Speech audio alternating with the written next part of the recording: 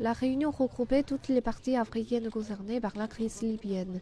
L'envoyé spécial de l'ONU, Martin Kobler, et les représentants de la Ligue arabe étaient également présents.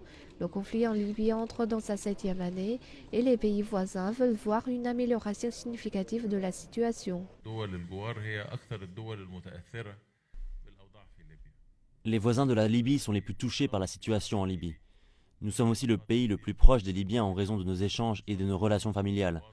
Cela crée des intérêts communs, une promesse commune parmi les pays qui souhaitent que la coordination se poursuive avec toutes les factions de la Libye afin d'assister le pays.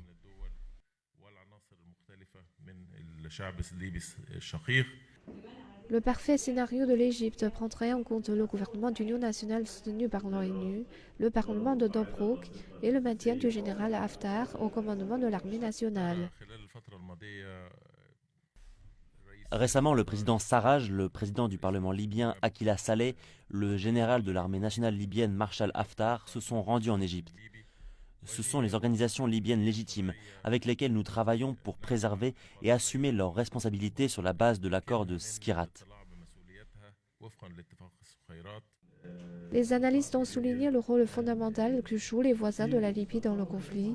Ils insistent sur le fait que les Libyens doivent s'asseoir ensemble afin que les efforts débouchent sur des résultats.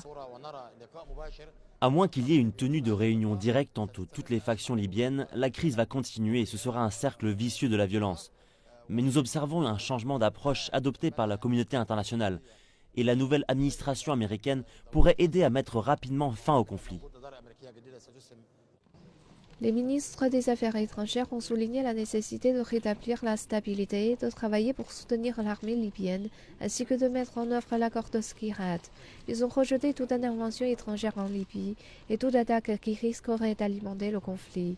Les ministres sont prêts à tenir une 11e réunion dès que possible en Algérie afin de suivre leur progrès.